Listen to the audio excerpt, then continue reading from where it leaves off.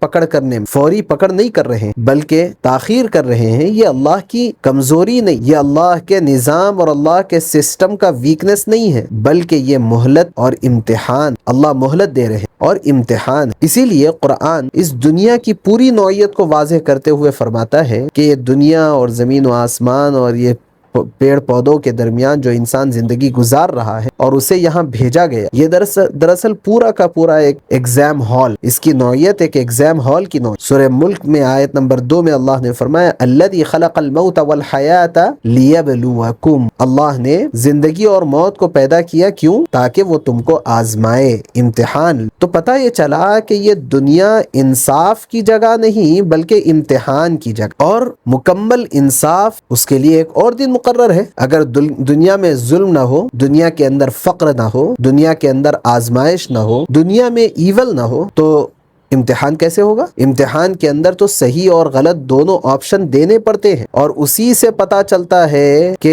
Student وہ صحیح کو سیلیکٹ کرتا ہے کہ غلط کو سیلیکٹ، یہی تو اس کا امتحان ہے۔ اور اگر ایگزامینر نے ایگزام میں صرف صحیح آنسر ہی دے دیے اور اس کو آپشنل نہیں رکھا تو پھر امتحان کیسے ہو؟ کوئی امتحان تو نہیں ہوگا، کوئی عقل مند آدمی اس کو تسلیم نہیں کر سکتا۔ اسی طرح جو شخص یہ کہتا ہے کہ میں اللہ سے سوال کروں گا، جناب کہتے ہیں کہ اس کی ہمت کہ وہ مجھ سے پوچھے، میں اس سے پوچھوں گا کہ جب تو تھا تو اتنا ایول کیوں تھا، اتنا ظلم کیوں تھا؟ تو آپ کیا پوچھیں گے صاحب؟ قرآن خود آپ کا جواب دیتا ہے، دنیا کیا جواب؟ لا يسأل عما يفعل وهم يسألون، سورہ انبیاء آیت نمبر 23۔ خالق سے باس پرس نہیں ہو سکتی، مخلوق سے ہوتی ہے۔ اگر آپ یہ کہتے ہیں کہ بھائی یہ قرآن کو اگر ہم مانتے تو اب تک ہم بھی مسلمان ہوتے، قرآن کو ہم مانتے نہیں، کوئی عقل سے دلیل دو، تو ظاہر ہے بھائی ایک بہت ہی لاجیکل بات ہے کہ جو آنسریبل کبھی بھی خالق نہیں ہو سکتا، خالق سے باس پرس نہیں، باس پرس تو مخلوق سے ہوتا، آنسریبل تو مخلوق ہوں گے، خالق کیسے؟ وجہ یہ ہے کہ کبھی جو اختیار لینے والا ہے، آپشن لینے والا ہے، فری ول لینے والا ہے، جواب تو اس کو دینا پڑے گا، آنسریبل تو وہ ہوگا جو فری ول دینے والا ہے اور ہمیں اختیار دینے والا ہے، وہ آنسریبل کیسے ہو سکتا؟ اس سے کیسے پوچھا جائے؟ اس نے ہمیں اختیار دیا تو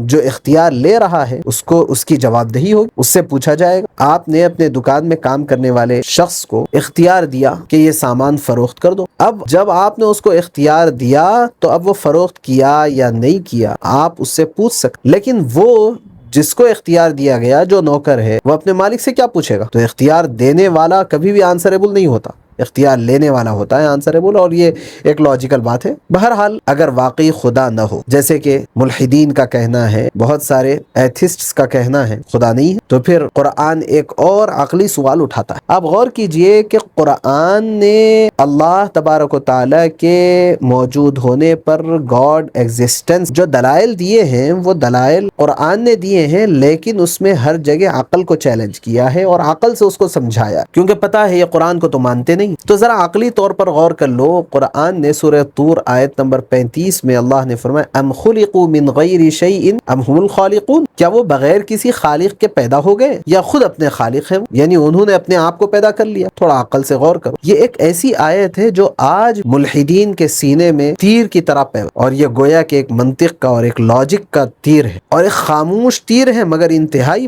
جس کا کوئی جواب نہیں بن پاتا۔ کیوں؟ اس لیے کہ یہ کسی عقیدے کو مسلط نہیں کرتا، یہ تیر اور یہ سوال کسی عقیدے کو مسلط نہیں کرتا کہ اللہ کو مانو کہ اللہ ہے، موجود ہے۔ یہ آیت اللہ کے موجود ہونے کے عقیدے کو ہمارے اوپر مسلط نہیں کرتی، بلکہ انسان کے وجود کو خود انسان کے سامنے رکھ کر عقل سے فیصلہ کرواتی کہ بھئی تم اپنے بارے میں اپنی عقل سے فیصلہ کرو، اور وجود انسانی کے بارے میں عقل کے پاس صرف 3 ہی راستے، 3 پاسبلٹی، اس سے کم نہیں، اس سے زیادہ نہیں، کوئی چوتھا دروازہ نہیں۔ تم اپنے بارے میں اپنی ہی عقل سے فیصلہ کرو۔ تو جب فیصلہ کرنے کے لیے ہم بیٹھیں گے تو ایک راستہ ہے، ایک پاسبلٹی ہے، پہلا امکان ہے، وہ کیا انسان کسی خالق کے بغیر محض خود بخود وجود میں آ گیا؟ دوسرا یہ ہے کہ انسان خود بخود وجود میں نہیں آیا بلکہ اس نے خود اپنے آپ کو پیدا کر لیا، اور تیسرا یہ ہے کہ نہ خود وجود میں آیا نہ خود اس نے اپنے آپ کو پیدا کیا بلکہ کسی تیسری ذات نے انسان کو اور ساری چیزوں کو پیدا کیا۔ یہی 3 راستے ہیں۔ اگر ہم اس میں غور کریں تو جو پہلا امکان کہ اللہ کو اگر نہ مانتے ہو تو کیا تم یہ مانو گے کہ انسان خود بخود پیدا ہو گیا ہے، یہ دنیا خود بخود وجود میں آ گئی؟ یہ بات مان لینا دراصل عقل مندوں کے، عقل مند سمجھے جانے والے لوگوں کے گلے پر ایک چھری پھیر دینے کے مترادف، کیونکہ عدم سے وجود کا پھوٹ پڑنا اس کو سائنس کبھی بھی تسلیم نہیں، نہ فلسفہ اس کو تسلیم کرتا، نہ ہی سادہ انسان اور اس کی ذہن اور اس کا فہم اس کو مان۔ اگر یہ اصول مان لیا جائے کہ کچھ بھی بغیر سبب کے ہو سکتا ہے، تو پھر کائنات کے تمام قوانین اور علت اور معلول کی یہ پوری عمارت اور علم کی ساری بنیادیں ایک لمحے میں زمین بوس ہو جائے، کیونکہ یہ سب مانتے ہیں کہ یہ کاز اینڈ ایفیکٹ کا جو سسٹم ہے یہ ہر جگہ امپلیمنٹ، ہر جگہ یہ اپنا رول پلے کر، اور اگر اسی کو ختم کر دیا جائے کہ یہ خود بخود نظام وجود میں آ گیا ہے، تو ایسی عقل نہ سوال اٹھانے کے قابل رہتی، نہ کسی جواب پر یقین رکھنے کے قابل رہتی، اس لیے کہ یہ دنیا کے نظام کے خلاف۔ اب پہلا سوال تو نہیں ہو سکتا، پھر بھئی کیسے یہ سارا عالم وجود میں آیا؟ خود بخود نہیں آیا۔ تو دوسرا جواب یہ ہو سکتا ہے کہ انسان نے خود کو خود ہی پیدا کیا۔ ظاہر ہے کہ یہ دعویٰ بھی ایک محض غلط دعویٰ ہے، بلکہ اگر عقلی طور پر دیکھا جائے تو بہت مضحکہ خیز ہے، جس کو سن کر کے بھی کہ جو ذات اور جو مادہ ابھی تک تھا ہی نہیں وہ وجود میں آیا، تو ایسا عجیب و غریب کہ وہ وجود میں بھی آیا اور خود خالق بھی بن گیا، کیونکہ جو چیز عدم ہے، جو نہیں ہے، اس کے پاس کوئی ارادہ بھی نہیں ہے، نہ قدرت ہے، نہ شعور ہے، اور خود اپنے آپ کو بھی پیدا کرنے کے لیے پہلے موجود ہونا لازم ہے، اور ایک ہی وقت میں کسی کا موجود ہونا اور غیر موجود بھی ہونا، اس میں تو بڑا کانٹرڈکشن ہے۔ اسی تضاد کی وجہ سے یہ امکان اپنے ہی بوجھ تلے دب جاتا۔ اب تیسرا اور ایک ہی راستہ بچا ہوا ہے۔ جب یہ بات ثابت ہو گئی کہ انسان نہ خود بخود وجود میں نہ اس نے خود کو پیدا کیا، تو عقل خود بخود اس نتیجے پر پہنچ جاتی ہے کہ انسان کو کسی نے پیدا کیا، ایسی ہستی نے جو خود مخلوق نہیں، جو قدرت رکھتی ہے، جو جانتی ہے، جو ارادہ کرتی ہے، ایسی ہستی نے انسان۔ یہی وہ مقام ہے جہاں ملحدین کی زبان بند ہو جاتی ہے اور خاموش، کیونکہ یہاں اس سے کسی مذہبی کتاب پر ایمان لانے کا مطالبہ نہیں کیا جا رہا ہے، بلکہ اس کی اپنی عقل سے پوچھا جا رہا ہے کہ وہ اپنے وجود کی کیا توجیہ پیش کر۔ یہ نہیں کہا جا رہا کہ قرآن سے ہم ثابت کر رہے ہیں لہٰذا قرآن کی بات مان لو، کوئی مسلط کرنے کی بات نہیں، بلکہ قرآن خود عقل سے پوچھ رہا ہے، ام خلقوا من غیر شیء ام هم الخالقون۔ قرآن خود عقل سے پوچھ رہا ہے، لہٰذا عقل سے اب جواب دو۔ آخر میں جواب کیا بنتا؟ کچھ نہیں، یا تو جھگڑے پر اتر آنا، یا غصے میں آ جانا، یا آپے سے باہر ہو جانا۔ ملحدین کے پاس اس کے علاوہ کوئی جواب نہیں بنتا، لہٰذا آخر میں قرآن فیصلہ کن بات کہتا جو اس پورے اعتراض کو ایک جگہ سمیٹ لیتا ہے، اور قرآن کہتا ہے سورہ مومنون آیت نمبر 115 میں، افحسبتم انما خلقناکم عبثا وانکم الینا لا ترجعون، کیا تم نے یہ گمان کر لیا ہے کہ ہم نے تمہیں بے مقصد یوں ہی پیدا کیا؟ تم یہ سمجھ رہے ہو دنیا میں ظلم کا ہونا اللہ کے نہ ہونے کی دلیل نہیں ہو سکتا، بلکہ اس بات کی سب سے مضبوط دلیل ہے کہ ایک دن ایسا ضرور آئے گا جہاں ہر مظلوم کو اس کا حق اور ہر ظالم کو اس کا انجام ملے۔ یہ اس بات کی دلیل ہے، اللہ کے نہ ہونے کی دلیل نہیں۔ اسی لیے قرآن کہتا ہے سورہ فجر آیت نمبر 14 میں، ان ربک لبالمرصاد، تمہارا رب تو گھات۔ چنانچہ ابھی جیسے آپ نے سنا ہے جاوید اختر جیسے لوگوں کا یہ باطل شبہ ہے کہ اس کے حکم کے بغیر پتا بھی نہیں ہلتا، اس کا مطلب یہ ہرگز نہیں ہے کہ قاتل کو قتل کا، ڈاکو کو ڈاکہ ڈالنے کا اور زانی کو زنا کا حکم دیا گیا، بلکہ مطلب یہ ہے کہ اللہ نے انسان کو ابھی اختیار دیا ہے، مہلت دی ہے۔ وہ اختیار اللہ کی مشیت کے دائرے میں ہے، وہ اختیار اللہ تبارک و تعالیٰ کے قدرت کے دائرے میں ہے، لیکن ایسا کرنے کا انتخاب اور راستے کے چننے کا معاملہ انسان خود کرتا، کیونکہ اگر اختیار نہ ہوتا تو سزا دینا بے معنی ہوتا، ظلم ہوتا، جنت اور جہنم ایک مذاق بن کر رہ جاتا۔ اگر ہر حرکت کا مطلب یہ ہو کہ اللہ نے انسان کو مجبور کیا ہے، تو پھر یہ اختیار، ذمہ داری، قانون، جرم، سزا، ان سب کا کوئی مطلب ہی نہیں رہ جاتا۔ اگر قاتل قتل پر مجبور تھا تو یہ جیلوں میں بند رکھ کے ظلم کیوں بھائی؟ اگر قاتل قتل پر مجبور تھا تو عدالت تو دھوکہ ہے پھر۔ اور غور کیجئے کہ جاوید اختر جیسوں کا خود ظلم پر غصہ کرنا بھی فضول ہے، بڑے گھن گرج کے ساتھ کہہ رہے ہیں کہ اگر اللہ ہے تو پھر یہ ظلم کو کیوں نہیں روکتا، کہ جب آپ یہ مانتے ہیں کہ سب ایک سسٹم بنا ہوا ہے اور اس سسٹم سے سب چل رہا ہے اور ظلم ہو رہا ہے تو وہ ظلم کے اوپر مجبور ہے، تو وہ غصہ کس بات کا ہے پھر؟ کیونکہ مجبور مخلوق پر اعتراض کرنا عقل کے بھی خلاف۔ اس بات کو آپ یوں سمجھ سمجھیے کہ اختیار کا مطلب یہ ہے کہ انسان کے پاس چننے کی آزادی، انتخاب کرنے کی آزادی ہے۔ جب چننے کی آزادی ہوتی ہے تو اس میں یہ امکان ضرور شامل ہوتا ہے کہ انسان صحیح راستہ بھی چن سکتا ہے اور غلط راستہ بھی چن سکتا ہے۔ اگر غلطی کا امکان ہی ختم کر دیا جائے تو در حقیقت اختیار ختم ہو جاتا ہے۔ اس لیے جہاں اختیار ہوگا وہاں برائی کا امکان بھی ہوگا، اور یہ کوئی نقص کی بات نہیں ہے، بلکہ اختیار یہ ایک فطری چیز ہے، اور اختیار کی فطری قیمت یہی کہ اسے دونوں راستوں پر چلنے کے سلسلے میں آزاد چھوڑ دیا جائے۔ اب جو جس راستے پر چل رہا ہے اس کا انجام بعد میں دیکھا جائے، جو انجام کا اور انصاف کا دن ہے۔ لہٰذا سوال یہ ہے کہ آزاد مخلوق کو آزاد کیوں بنایا گیا ہے؟ سوال کیا بیٹھا کہ آزاد مخلوق کو آزاد کیوں بنایا گیا؟ اور اس کا جواب صرف یہی ہے کیونکہ اخلاق، امتحان اور معنی صرف آزادی کے ساتھ پیدا۔ اخلاق کب سمجھ میں آتے ہیں؟ جبکہ آزادی ہو۔ امتحان کب ہو سکتا ہے؟ صرف آزادی کی صورت میں بھی امتحان ہو سکتا ہے۔ اس وجہ سے مخلوقات کو اللہ نے آزاد، اگر دنیا میں ظلم کا ہونا اللہ کے نہ ہونے کی دلیل ہوتی تو پھر بھائی یہی بات بھی، یہی منطق یہ بھی تقاضا کرتی کہ جرائم کا پایا جانا قانون کے وجود کی نفی۔ دنیا کے اندر مختلف ممالک میں بہت سارے جرائم پائے جاتے، تو بھائی جرائم ہے تو اس کا مطلب آپ کے پاس قانون نہیں ہے۔ جب قانون تھا اور ہم مانتے ہیں کہ قانون ہے تو پھر جرائم نہیں ہونے چاہیے، لیکن قانون ہونے کے باوجود جرائم کا وجود میں آنا یہ اس بات کی علامت ہے کہ قانون نے آزادی دی ہے۔ اب انسان کا اختیار ہے کہ وہ اس ملک کے شہری کا اختیار ہے کہ وہ اس ملک کے اندر رہ کر کے جرم والا راستہ چنتا ہے یا پھر امن والا راستہ چنتا ہے۔ اگر وہ جرم والا راستہ چنتا ہے تو اس پر اس جرم کی سزا ہوگی، اور امن والا راستہ چنتا ہے تو اس کے لیے امن ہوگا۔ تو بھائی اگر ہم یہ مان لیں کہ دنیا میں جو کچھ ظلم ہو رہا ہے اس سے پتا چلتا ہے کہ اللہ موجود نہیں ہے، اگر یہ آرگیومنٹ ہے تو پھر یہی منطقی اس بات کا بھی تقاضا کرتی ہے کہ جرائم کا دنیا کے اندر پایا جانا قانون کے وجود کی نفی ہے، قانون نہیں ہے اس بات کی نفی ہے۔ ایسے ہی ہاسپٹلز کے اندر پیشنٹس کی موجودگی اس بات کا ثبوت ہے کہ صحت اور طب محض ایک فریب ہے، دھوکہ ہے، وہ ہے ہی نہیں، یہ ماننا پڑے گا۔ کیوں؟ پھر آپ کہیں گے کہ اگر ڈاکٹرز ہے اور صحت ہے اور دوائیں ہیں تو پھر مریض کیوں ہے؟ پتا چلا کہ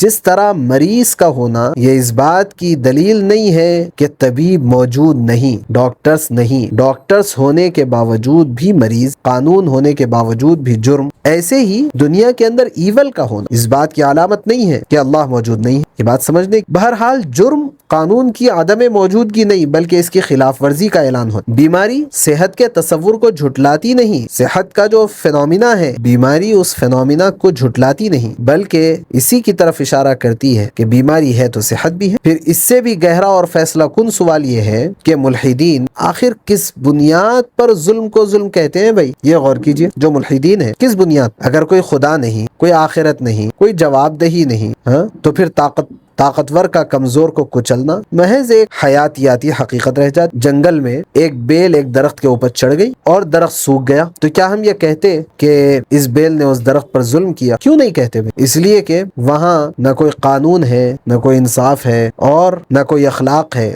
نہ کچھ نہ کیا۔ ایسے ہی جب آپ خدا کے وجود کو تسلیم ہی نہیں کرتے، آخرت کو تسلیم ہی نہیں کرتے، اور آپ آنسریبل ہونے کو آپ تسلیم ہی نہیں کرتے، تو اب اگر کوئی طاقتور کمزور پر چڑھ جائے، اس کو کچل دے، تو آپ کو ماننا پڑے گا کہ بھئی یہ تو بہت ساری زندہ چیزوں کے اندر چلتا رہتا ہے، ہم روز دیکھتے رہتے ہیں کہ ایک درخت بڑا ہو گیا، دوسرے درخت کو اس نے سکھا دیا، یہ ایک حیاتیاتی حقیقت رہ جاتی، اور قتل ایک فطری حکمت عملی۔ ایسی دنیا میں یہ غلط ہے، اس بات ایسی دنیا میں غلط ہے کہنے کا کوئی عقلی یا اخلاقی جواز ہی باقی نہیں رہتا۔ آپ کہہ رہے ہیں کیا کہ یہ جو بیل درخت کے اوپر چڑھ گئی ہے، یہ بیل نے غلطی کہ اس نے درخت کو سکھا دیا، یہ غلط ہے بولنے کا موقع ہی ختم ہو جائے۔ مگر حقیقت یہ ہے کہ ملحدین کی اور جاوید اختر جیسے لوگوں کی زبان اللہ کا انکار کرتے کرتے تھکتی، لیکن اخلاقی غصے کے ذریعے لاشعوری طور پر ایک آفاقی اخلاقی قانون کو انہی کی زبان مان بھی لیتی ہے، اور اخلاقی قانون ہمیشہ کسی قانون دینے والے کا تقاضا کرتا ہے۔ اسی لیے اگر واقعی کوئی رب نہ ہو اور اور کوئی آخرت نہ ہو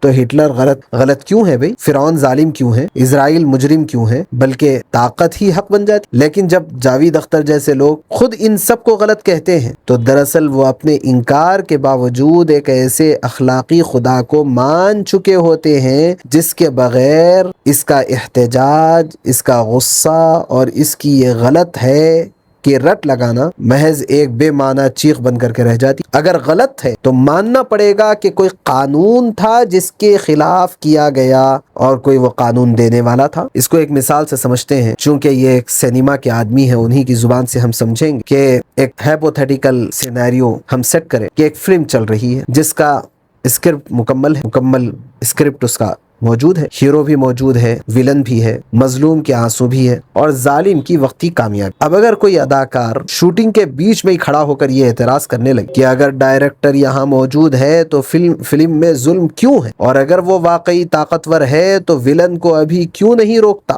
تو ہر تھوڑی بہت بھی سمجھ اور فہم رکھنے والا شخص اس کو یہی جواب دے گا کہ بھائی ذرا رکو، فلم ابھی ختم نہیں ہوئی، انصاف آخری سین میں ہوتا ہے، درمیان میں نہیں۔ بالکل یہی حقیقت ہے جو سمجھنے کی ہے کہ دنیا کا معاملہ ہے، دنیا فلم نہیں مگر ایک بامقصد اسکرپٹ ضرور ہے، ایک بامقصد اسکرپٹ ہے دنیا، جہاں جتنے کردار ہیں ان کو اختیار دیا گیا، جتنے لوگ اپنا رول پلے کر رہے ہیں وہ اپنی فری ول کی وجہ سے اپنا رول پلے کر رہے ہیں تاکہ وہ خود فیصلہ کریں کہ ہیرو بننا ہے یا ویلن۔ کیونکہ اگر ہر ظالم کو پہلے ہی منظر میں پکڑ لیا جائے تو نہ آزمائش باقی رہے گی، نہ امتحان ہوگا، نہ کہانی باقی رہے گی آگے۔ اسی لیے یہ کہنا ایک واضح، اسی لیے اس طرح کی بات کرنا اور کہنا یہ ایک واضح کانفلکٹ۔ فلم میں تاخیر ایک فن ہے اور زندگی میں تاخیر خدا کے انکار کی دلیل۔ قرآن اسی حقیقت کو یوں بیان کرتا ہے، افحسبتم انما خلقناکم عبثا، کیا یہ فلم دیکھ کر کے، دنیا کے حالات کو دیکھ کر کے تم یہ سمجھ رہے ہو کہ ہم نے تمہیں محض یوں ہی بے مقصد پیدا کر دی؟ اور آگے اور وضاحت کے ساتھ قرآن سمجھانے کی کوشش کرتا ہے، لا تحسبن اللہ غافلا عما يعمل الظالمون، ہرگز یہ نہ سمجھو کہ اللہ ان کاموں سے بے خبر ہے جو ظالم لوگ کیا کرتے، اور پھر انجام کا اعلان کرتے ہوئے نہایت ہی قطعی طور پر وضاحت کے ساتھ قرآن بیان دیتا ہے، وَنَضَعُ الْمَوَازِينَ الْقِسْطَ لِيَوْمِ الْقِيَامَةِ فَلَا تُظْلَمُ نَفْسٌ شَيْئًا، اور ہم قیامت کے دن عدل کے ترازو قائم کریں گے، پھر کسی جان پر